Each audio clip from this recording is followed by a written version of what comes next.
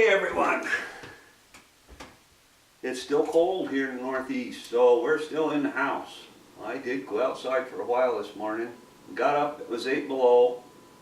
For March 5th, that's pretty cold. We're usually warming up some now. So today, I was watching YouTube and I got on a Discovery Channel where I happened to see in the comments on the side where there was supposed to be Discovery Channels on 44 Magnum. Well, I can post a link to it for those that want to see it. I wasn't much impressed with it. They really did not talk about the development of the 44 Magnum. They did bring up Clint Eastwood and Dirty Harry, which probably Clint Eastwood, Dirty Harry, without a doubt, sold more 44 Magnums in the 60s and 70s than anything else. But these are my two 44 Magnums. It's not a comparison or anything else. To me, the two classic 44 Magnums, number one would go to the Smith & Wesson 29 in my opinion, and number two, the Ruger Blackhawk. The Smith would definitely be with the 8 3/8 barrel, not the 10-inch bull barrel that I have on this one. And the Ruger Blackhawk, it's a toss-up. Whether the 7.5 or the 10 is what really brought it to life. This, I've talked about before, was my go-to gun for a long time. Shoots well. I actually had a 7.5 inch, was my first 44. Shot well, bucked like a mule.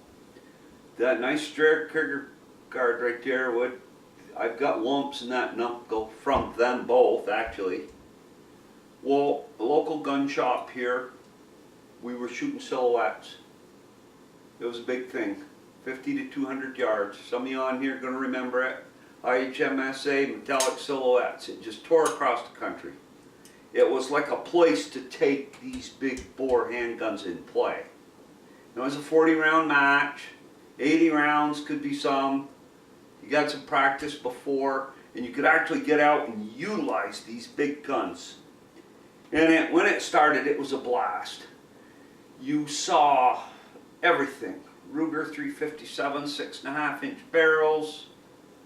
You did see once in a while somebody would shoot something real like, I once watched an old Vermonter that was very popular in the bullseye shooting with 1911s. Go through standing. 50 and 100 yards, he owned that shoot. 150, that old 45, it was slow. It cost him. And he was shooting standing too. He was right up there shooting one hand, bang, bang. But he did hit some. At 200 yards, it just wasn't there for him. But he had Bill Wheeler. Bill Wheeler was the guy's name. I was trying to think of it. Bill Wheeler. And he was excellent 1911 person. That's what he loved, that's what he shot. But everybody just brought what they had and they shot. Well, like everything else, the companies got involved and started to manufacture better stuff. People were building Wildcats out of Remington XPs. There was actually some Wildcat guns built. Wichita built one. I'm not going to get into all that. That's not what this is about. Well, I swapped off my 7.5 for a 10-inch. Because the extra barrel, we shoot Creedmoor style. They were winning. There was no doubt the Ruger was very, very competitive in the revolver class in IHMSA. And the Smith did well too. And then this is actually, I never shot silhouettes with this one. I was out of it before that Smith & Wesson had rumored of putting a 10-inch barrel on, but they were selling every 29 they made. There was a waiting list. And people were paying bootleg prices to get them back in the 70s and 80s. To get a Smith & Wesson 29, you paid, seriously, serious money. And they're great guns, great guns. But where I got kind of sick of this thing on the Discovery Channel, they talked about Holland and Holland making Magnum guns, blah, blah, blah, blah, blah. And they have these guys come on that talk like some kind of an expert in a suit.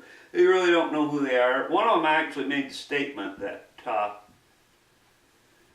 Oh, some people find the 44 Mangum comfortable to shoot, and some people don't. And he made the statement, well, my 9-year-old daughter shoots a 44 Magnum quite comfortably.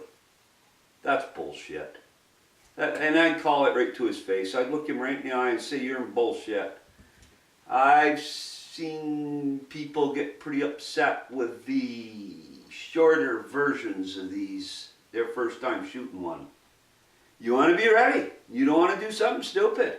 The one that I always loved of the 7.5 were the guys that did this. And there's people wearing scars because they got this treatment right here. I've seen it happen, and you gotta laugh. You gotta laugh, you know. I mean, yeah, so a guy's got chunk in his nose. I mean, we've all got little nicks and cuts along the way. It's not a big deal. But I would say I had silhouette shooting really put these into kick. But now back to the 44 Magnum and what bothered me the most, and they were talking about the development of it. Elmer Keith. I grew up reading Elmer Keith. Some of you did, some of you didn't. But everybody will know the name when it comes to big bore handguns, long range handgun shooting and recoil and pushing and doing things with them. Elmer Keith. I mean, I used to look forward every month. Outdoor Life was Jack O'Connor, and Guns and Ammo was Elmer Keith, Gun Notes. And he did more before I was born. This gun's been out since this cartridge has been out since 1955. I was born in 57. And he did more in the development of the 44 Magnum than any other man alive that I know of. And they never mentioned him in that, and that kind of bothered me a little bit. My favorite load for the 44 is a lot of 2400 behind a 250 grain cast bullet, Keith type bullet, because it's pretty cheap to shoot, really. Actually, my favorite one to shoot, if I can afford it and find them, is 240 grain Sierra, hollow points, loaded with, I'm not going to tell you the grains. I push them.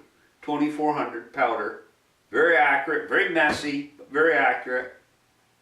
That's my most accurate bullet in the 44 that I found, it's the Sierra 240.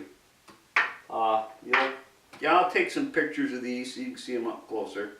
That's kind of a classic cast bullet for anybody that casts, the Keith type bullet. And I mean, I don't need to go through each gun. There's people that own 29s, and they know what they are. And there's people that own Rugers, and they know what they are.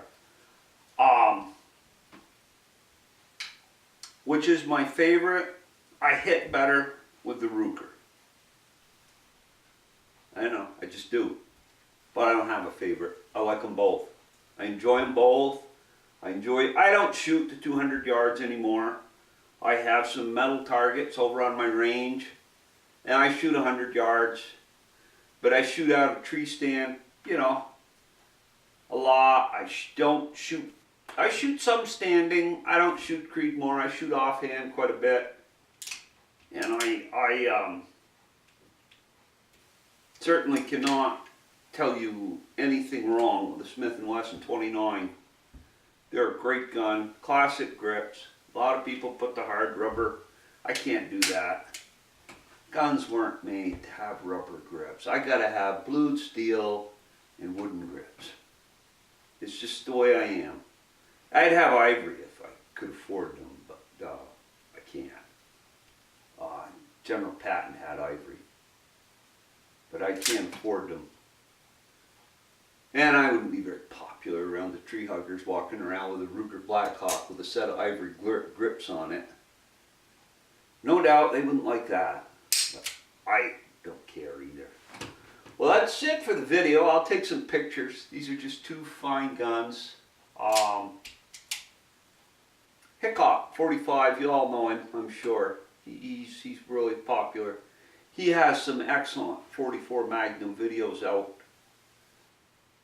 I imagine he's compared the two.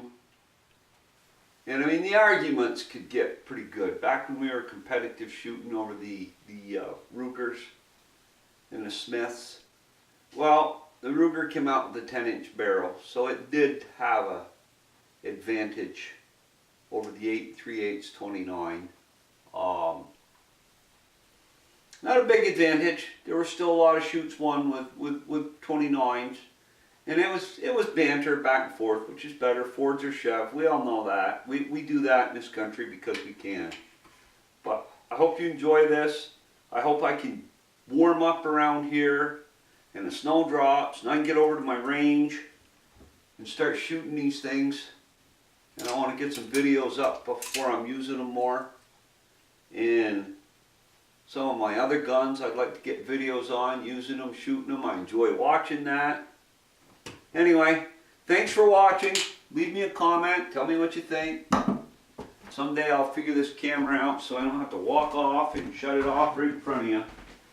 Thanks for watching.